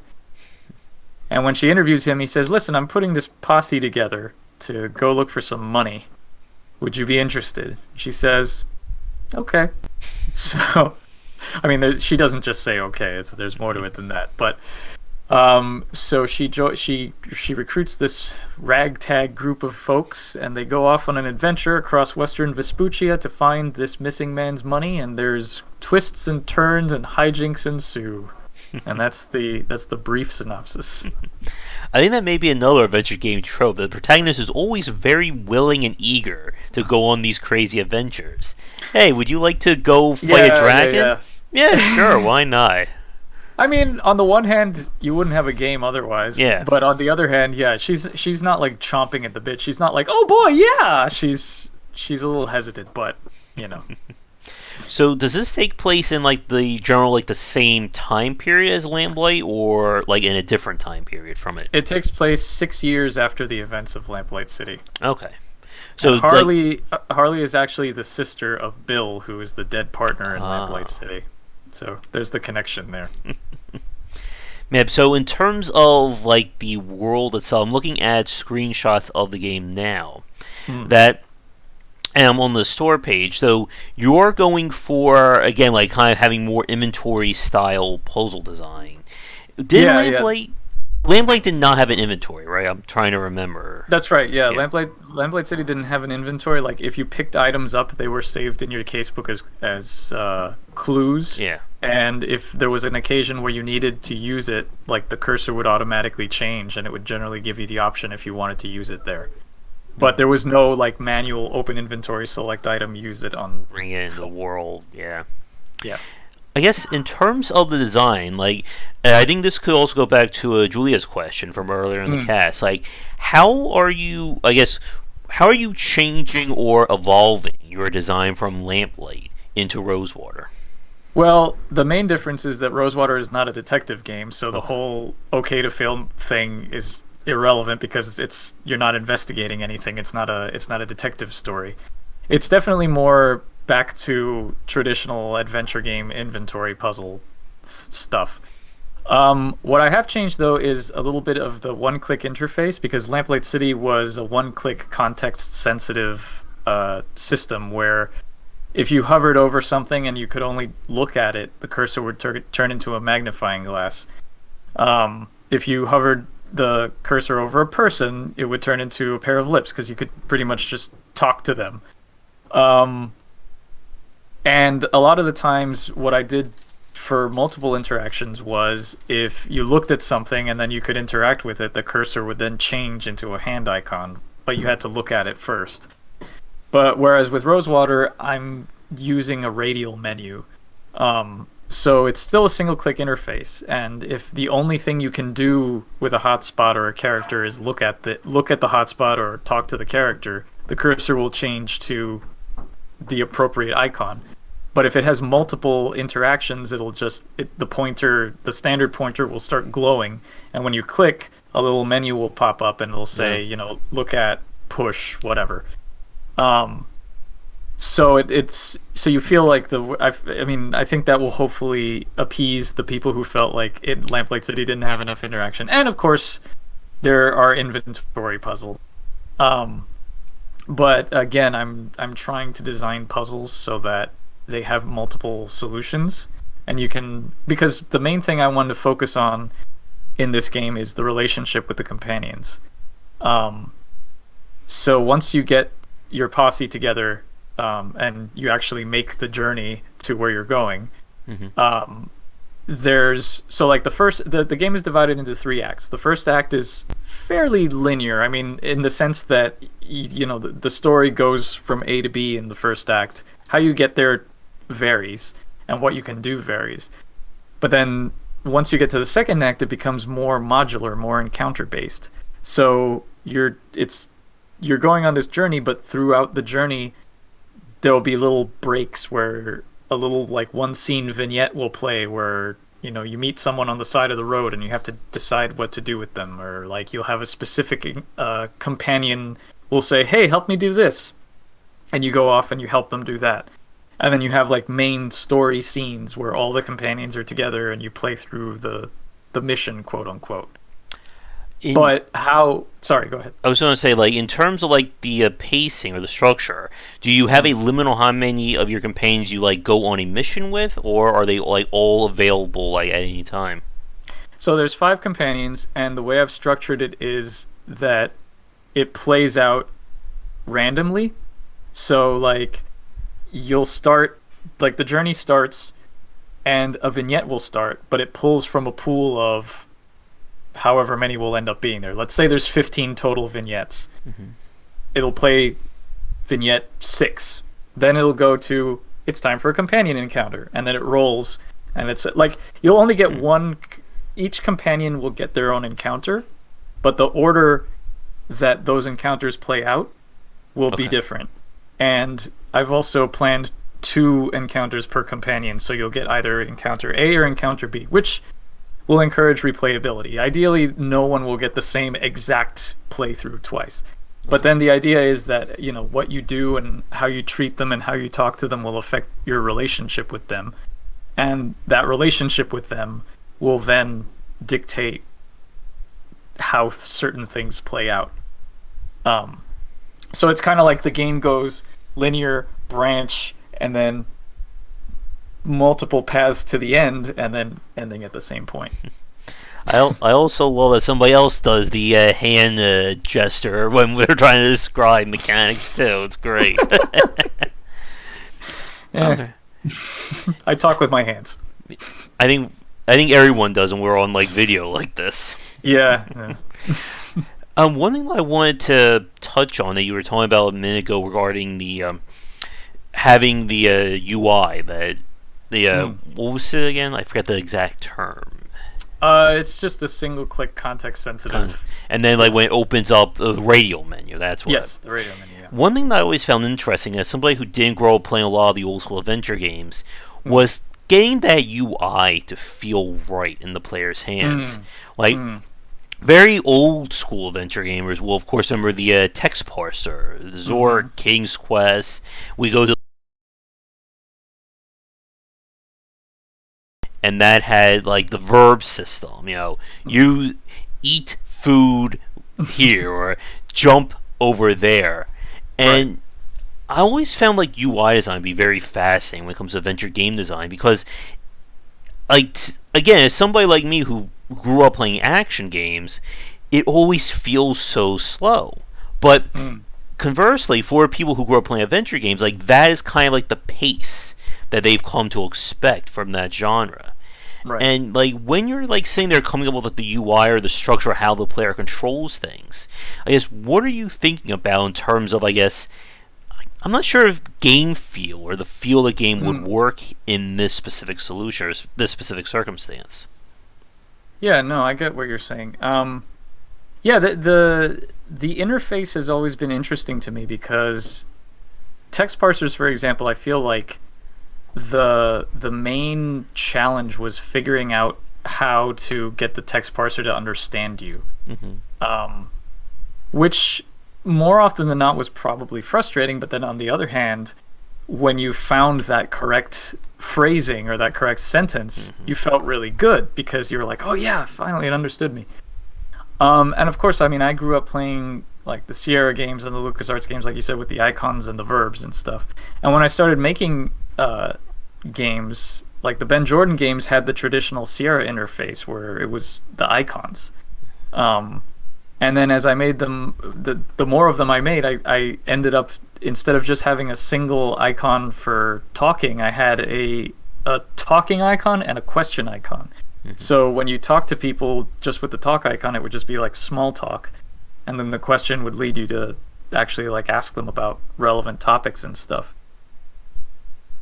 And the thing with that was, so my evolution was I did that, and then when I made a Golden Wake and Shardlight, I had the 2-click interface, which was left click to interact, right click to look at the hotspots.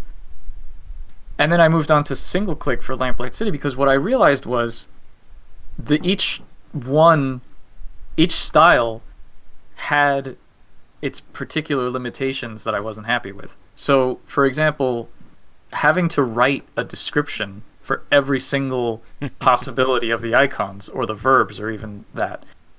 Realistically, it's not going to happen unless you're like Josh Mandel or something who writes something for everything.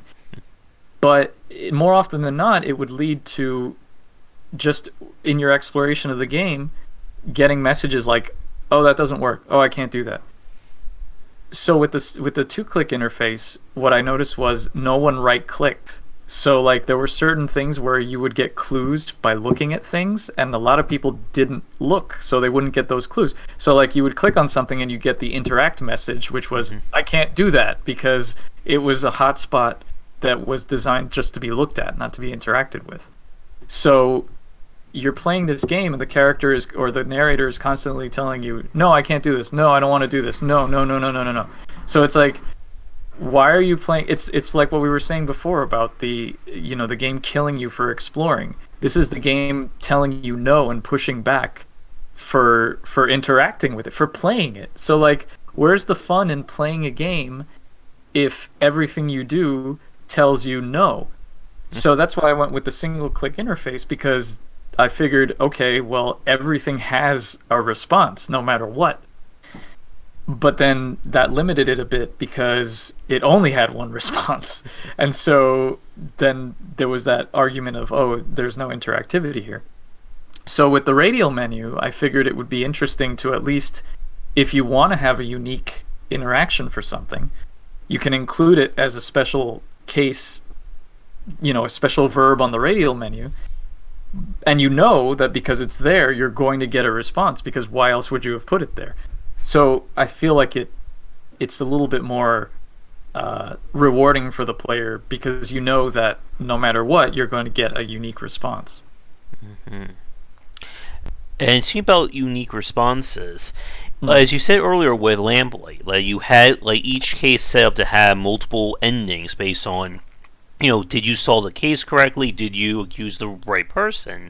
Mm-hmm. With Rosewater, again, obviously it's not a detective style game, but will there be, I guess, some level of variance or replayability with, how each kind of case or each kind of mission develops? Yeah, I mean, the main thing is that, like I said, the order of at least in the second act, I mean, specifically in the second act, it's going to vary every time you play, because it's going to roll different. You're going to get it in a different order. There's going to be scenes that you're not going to see your first playthrough, because if there's 7 total vignettes out of a pool of 15, you're going to have to play the game a few times to see them. Same thing with the character encounters. But yeah, like if you solve a puzzle a certain way and you see one scene versus the alternate version, that's a factor in replayability, and also depending on the characters and how you treat them, there will be replayability there too. In the third act, the path through the third act depends on your relationship status with your characters. I looked towards Indiana Jones and the Fate of Atlantis for inspiration there. It's basically the same thing as, it's not specifically like Wit's team action path, but it's who's in my party at the end of Act 2 will determine 3 different potential paths through Act 3, and then it'll all come back together at the end. Mm-hmm. So yes, there will be replayability, but it's not locking out content. It's just you have to do different things to see different content. You'll still get to the end, and you'll still a conclusion. But how things conclude with each character depends on how you them throughout. Okay. And I think I know the answer to this one already, but there's not going to be any fail states, game overs, anything like that. Like, no matter how things go, you will get to see the ending. Yeah, I mean, my general design is the LucasArts philosophy, where I don't like to kill you and have it be game over. Um, yes, and usually if I put the player in some sort of deadly situation, like I rewind, but I don't have any of those yet. So. Now, one thing that I remember from a Golden Wake, I think there was kind of like these like action segments. I remember, I think I was being chased or I was chasing somebody, and you had to do something. Are there any elements or like any kind of like those kinds of sections in Rosewater?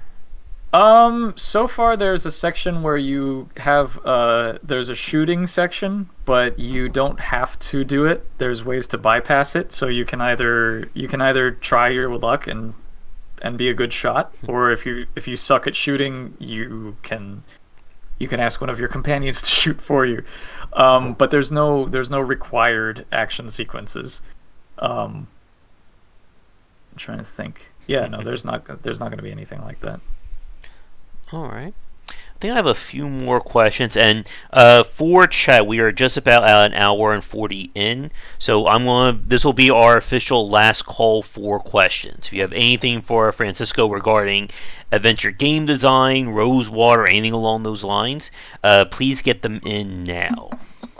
But I guess with the design of Rosewater, I'm looking at the page and some of the thumbnail art for it. I guess in terms of the art, I noticed you mentioned you have rotoscope animations. Like, how does the animation or the aesthetics differ from your previous games? Excuse me. It's double the resolution of Lamplight City. It's 720p, which means it's 1280 by 720, which means it's HD widescreen for one. Yeah, Lamplight City was 640 by 400, and my previous games had all been 320 by 200, so I've finally joined the early 2000s, I guess. Yeah, so it's still pixel art. Like, the characters are still pixel art, but it's higher resolution. So it's been an interesting challenge to do the art for that, but usually when I would paint my backgrounds for the other games, I would paint them at slightly higher resolution and then scale them down, but I'm just not doing that this time. I'm just painting them at the resolution of the game. So yeah, it's been good. Now here's a question that this is another thing that goes back to the whole voice acting versus like text discussion. I noticed on the page you mentioned that you'll have, like, I think 50 voice acted characters. Do characters say all their lines, or is it a case I've seen some developers that they'll only say like the first 2 or 3 words, and then you still have to read all the text anyway, kind of thing? Do you mean like if kind of like in RPGs where it's like only parts are voiced, but not everything? Yeah. Oh yeah, no. Every line is voiced. Every line in its entirety is voiced. I'm very adamant about that.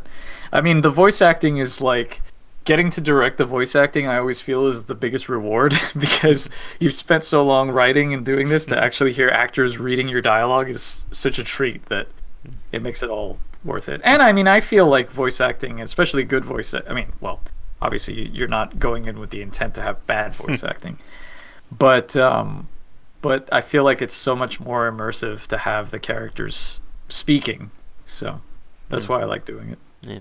And I know from Dave Gill with his games, I love when he includes the blooper reels from the voice acting. Oh yeah. Yeah, I do this. I include the bloopers, and I like to do little designer commentaries as well. Oh, yeah. Let's see. We got a few questions from chat. Matthew Crack asks, how can you tell if your game is worth finishing? There's a question. Ooh, there is a question. How can you tell if your game is worth finishing? I mean, I feel like obviously when designing a game there's always ups and downs, and there's always parts of the design where you feel like, oh, should I keep going, but I think it's really easy if you second guess yourself too much to never get anything finished.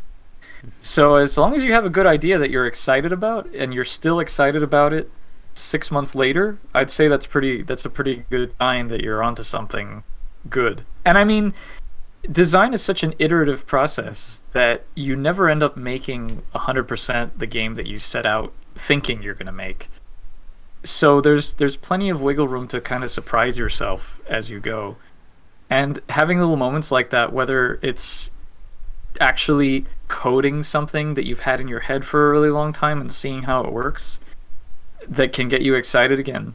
I think that's worth it. Like, there's a scene pretty early on in Rosewater, an optional scene actually, that you may see if you play it a certain way, where there's a big bar fight. And I remember thinking, okay, well, I want to have a cool bar fight scene in this game. How do I make that look cool? So when I drew the saloon background, like, I have the main action on the bottom floor, and then there's a balcony on the top floor. And I thought, okay, well, it'd be cool if we have two of the characters fighting in the foreground and the bottom, and two in the background fighting, and they all have their different moves and like their different punches and stuff. And it was this really complex scene, and I stood in for all the characters and like did all the punching and stuff for the rotoscoping. And in my head, I was like, okay, well, this will look cool. Like, even this little storyboard that I did that you can see here, like, of a guy getting thrown out the window. You know, having that in your head and thinking, okay, how is this going to look? And then finally sitting down and putting it all together and then seeing it in action. And, I mean, in my case, thankfully, it looked good. It looked how I wanted it to look.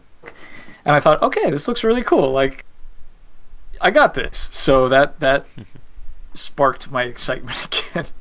So being able to do stuff like that, I think, is what keeps the motivation going and keeps you thinking, yeah, this is worth finishing. Whereas on the opposite side of the coin, if you just are not feeling it and you just feel like, you know, I'm, for whatever reason, I'm either just going through the motions or my heart's not really in this, then it might be time to step back and think, well, maybe I should scrap this project and do something else. So all right. And again, that's a topic we could easily dedicate an entire cast to. Yeah. Let's see. Another question. Chris asks a double one. First, how big is your team? Like, how many people do you work with when designing your titles? So that depends on the game. For Lamplight City and Rosewater and A Golden Wake, it was me solo. I do the art and the writing and the design and everything except the music. I worked with a composer for all three of those games.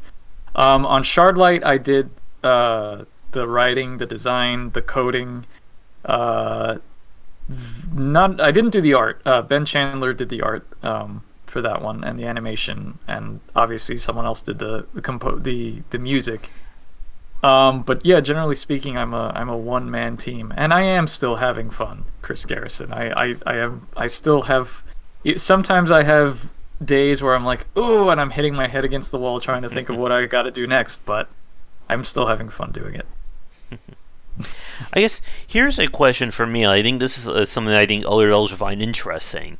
As a solo developer, like, if you go to like freelance or you like try to find people to help you with a project, I guess, what are like some of like the useful channels or advice you can give a developer who's trying to, let's say they need to find an artist, or let's say they need to find a voice actor? Like, what do you like usually do like when you're trying to find someone to help you work on a project?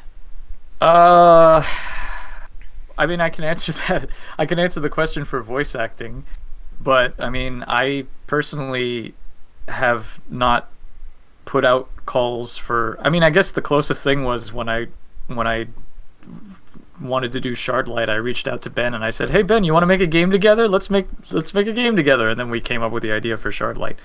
But like, as far as putting out calls, I guess, I mean, social media seems to work. Like, when I was looking for a publisher, I went on Twitter and I said, "Hey, does anybody know of any publishers that are geared towards adventure games?" And I got a few leads. But as far as like personally, my experience with hiring voice actors has been working with a casting director. Although I feel like at this point, I've built up a network of people I know who are voice actors, or people who have approached me and said, you know, I'd love to work with you. That if I were to bypass that and just put out an open casting call, you could just put up a page on a website and say, hey, look, send your auditions here. Um, so yeah, I mean, I think social media is a pretty good avenue. Discord is a good place too. And yeah. Right. And to Matthew's comment about where can I pitch a platformer, I don't think. Can I pitch a platformer? Yeah, I don't. Yeah, the problem is you gotta be really careful because a lot of people don't want to work on your idea; they want to work on their own idea. So unless you're willing to pay for it, you're gonna be in kind of a rough spot, I feel. And if you're asking specifically, like, can I pitch it to a publisher? I think the important thing is when you're looking for publishers, to be aware of what genre they typically work in. And you don't want to pitch a platformer to a publisher that mainly does like FPSs or things like that. Yeah. And you have to make sure that you have a reasonably good pitch to begin with. You don't want to show, alpha version 1 and or say, worse, you don't want to be the ideas guy who's like, I have this great idea, I just need a team to make it. I can give you the best game, but give me 30 people, $2 million in 3 years, and I'll do, and it'll get done. I'm sure it will. Yeah. Let's see. There's anything else about trying to think of anything else regarding Rosewater. I guess here's a question: how long have you been working on the game for? That's a good question. About a year and a half now. I started. When Lamplight City came out in September of 2018, I had kind of burned myself out, having self-imposed crunch, which is another story entirely. And I had to kind of force myself to take a vacation. So I took a couple of months off, but while I was during that supposed month off period, I designed all of my main characters and I kind of like animated their walk cycles here and there. But full-time, as far as like I've started full steam on this project. I started in January of 2019, so that's about a year and a half. And the goal is to have it out by April or May of next year, so still a year or so to go. All right. I'm trying to think. I just had a question. I guess what platforms will it be available on as well? Initially it should be PC, Mac, and Linux. I don't know if anything else will be available at launch, but we'll see. Mr. Elroot had an interesting question. I think this is a good one for Soul devs as well. Have you been able to figure out how to not do self-imposed crunches? It sounds so easy when it's asked, I know. I know. Well, so the situation with Lamplight City was interesting. It was the first time I've actually done a self-imposed crunch. Because what happened with that game was once the voice acting was done, we recorded the voices at the end of December, early January end of 2017, early 2018. And my goal was to have the game out by like beginning of summer, like May or so, or June. And so because the game had the close-up portraits, I wanted to have them all lip-synced. And I thought, oh, well, that's not going to take that long. That'll take me a month and a half at most. It ended up taking me 3 months because we had like 4,200 or so lines of dialogue that needed to be lip-synced. And on like the program that I was using it's this program called Pamela where you have to like manually drag it generates the syllables. Like you have to import the WAV file, type out the text. It converts that text into the syllables, the phonemes, but then you have to drag them along the waveform to position them correctly. And on my best, like most efficient days, I was getting about 20 lines done per hour. So divide that by 4,200 or so, and I was working like 10, 12-hour days for 3 months. And that is and as a result, the game was delayed until August, or September, actually. So that was that was why I burned myself out doing that. But as far as how I've learned not to do that is I've learned to be more responsible and take weekends, and also the fact that I now have a home office helps a lot, because when I was making Lamplight City, I was in my studio apartment where my computer desk was just a few steps away from my bed. And so it was just very easy to just get up, walk over to the computer, and that's it. Whereas now I have a basement where I have to come down and sit and work, and I can, I have to close up everything, close the door, and once I'm done for the day, I'm not going to come back down here. So that's my advice. Get a nice dedicated space to do your work, so you're not tempted to always be there. I guess here's a question I was thinking about, not only with Rosewater, but with adventure games in general.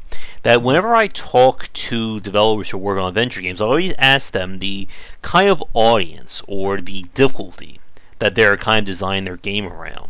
And as we've said, like, the adventure game genre has certainly evolved and has gone a lot more in terms of storytelling, trying to make the story and then fit the puzzles or the challenges within it.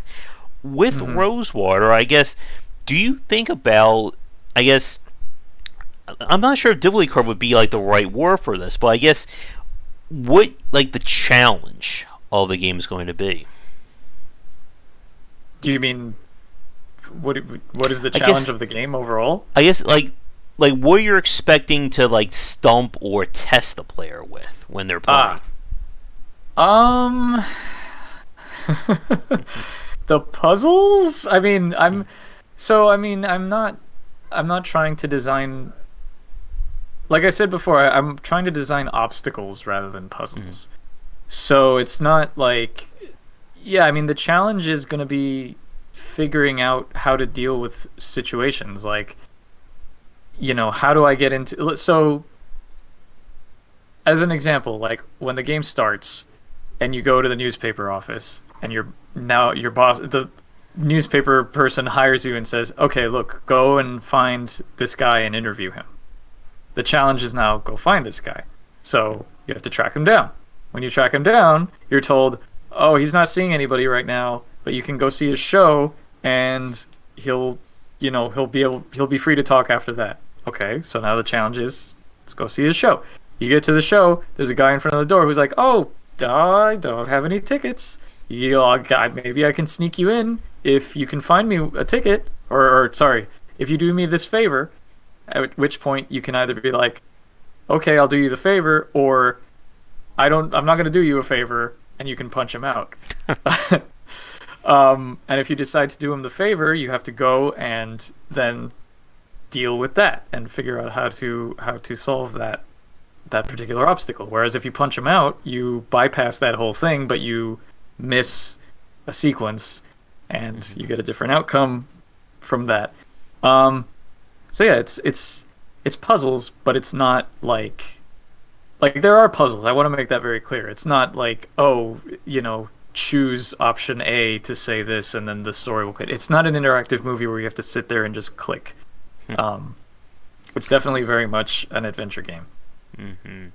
And that reminds me when I spoke with Ron Gilbert, again, not to be confused with Dave Gilbert. Right. One of these days, I need to have them both on a cast to just confuse everybody as to which one we're talking about. And one of the things I think always struck me as annoying when it comes to kind of classical, old-school adventure game design is the whole idea. I know Dave, again, now I'm doing it. Ron was talking about the idea of the lock and key philosophy for how a lot of puzzle games are developed. And part of the frustration for some of these games is like when they give you items to pick up, but you're never really explained why you need to pick them up. And I think they said, if I remember right, Ron said you want to introduce the obstacle first, and then have the items and the tools kind of around the world after that. Yeah, because if the opposite is true, you're just going around picking up all these items. Once you find the obstacle, there's no challenge, because you're like, oh yeah, I got this. Here's the lock. Oh, I got this key ages ago. Or you have all these keys, and then it's just throw pliers at the guy. No. Buy a plant. No. Here's a credit card. Just go through it, and eventually you'll get the solution. Hmm. Yeah. I think that is about it. Is there any other aspects of Rosewater from either a gameplay or a design standpoint that we haven't touched on? Only just to mention that it's not a comedy, because I feel like every point and click adventure western out there is a comedy. You've got Freddy Farkas, you've got Alamo and the Lost Dutchman's Mine, you've got the Fenimore Fillmore series. So I'd like to hope that one of the unique selling points of Rosewater is the fact that it's not like a slapstick Mel Brooks Blazing Saddles comedy. Like it's not a serious dark gritty drama, but it's also not like it's a serious story. It's not a woo. So, yeah. Here's something you mentioned, of course, that the main character, she can also fight as part of her as solutions as well, or there's a lot more of an action side. Well, I don't want to give people the wrong impression. Okay. I don't want you to think that it's like Indiana Jones, where you get into Every solution can't be a punch, basically. Right. I mean, there are some solutions where you can be violent, and when I say be violent, I don't mean just punch. Like, if you find a lock, you might be able to break it, or you might be able to have a sneakier solution.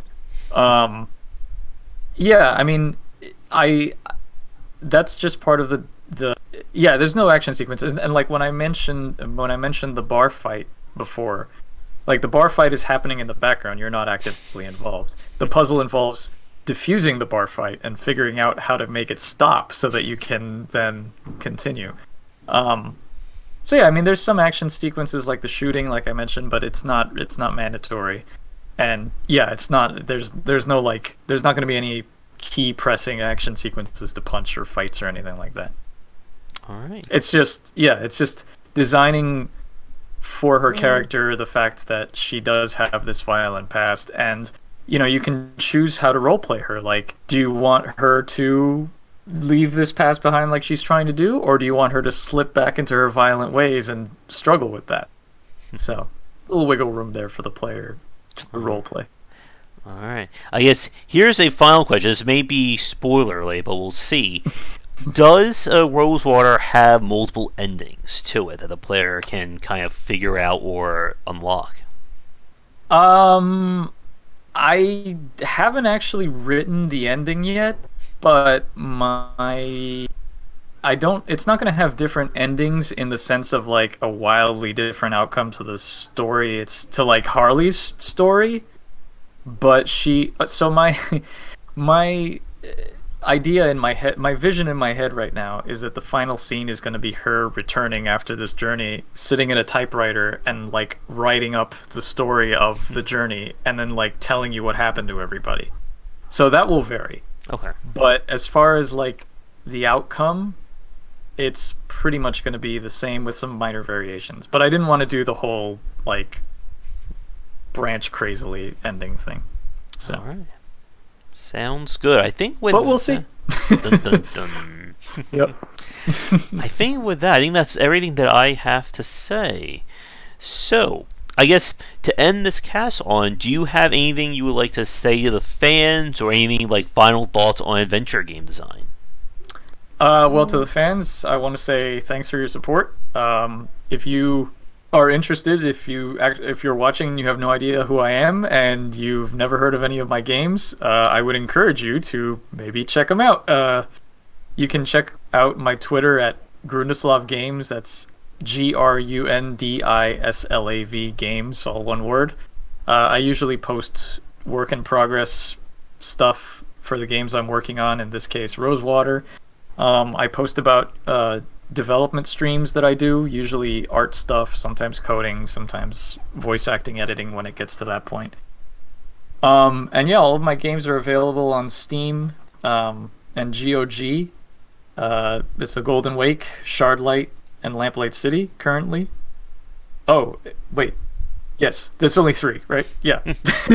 I forget. You can get the Ben Jordan games for free on my website, which is grundislavgames.com.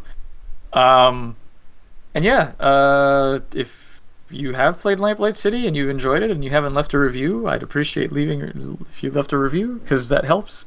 And wishlist Rosewater if you're interested. You can see the trailer on the Steam page. And I think that's all the self-promotion taken care of. All right. Well, I think with that, Francisco, we're going to wrap things up. It was a pleasure hanging out with you again while we're all stuck inside. Yeah, no, it was great being here. I appreciate being on, and thanks for talking to me. Yeah, not a problem. And if you're interested in coming back on, whether as kind of like closer to the release or we can get around doing that roundtable, let me know. Absolutely. All right, so for everybody watching, we're going to end things here for this week's cast. If you're new, be sure to check out the Discord and Patreon link down below. I am on Twitter at GWBicer. And if you are a developer working on an upcoming game or just want to chat design, we're always looking for new guests, whether you want the cast to be live or recorded. But again, Francisco, definitely best of luck with finishing up Rosewater, and I'm sure we'll chat again in the future. Thank you. I'm sure we will. And thanks to everybody in the chat. All right. So with that said, I'll be back later tonight for our regular game streams and come back for daily discussions on game design here and on game wisdom, where some of the art and science of games. Have a great rest of your night, everybody, and we'll talk to you all again real soon. Take care.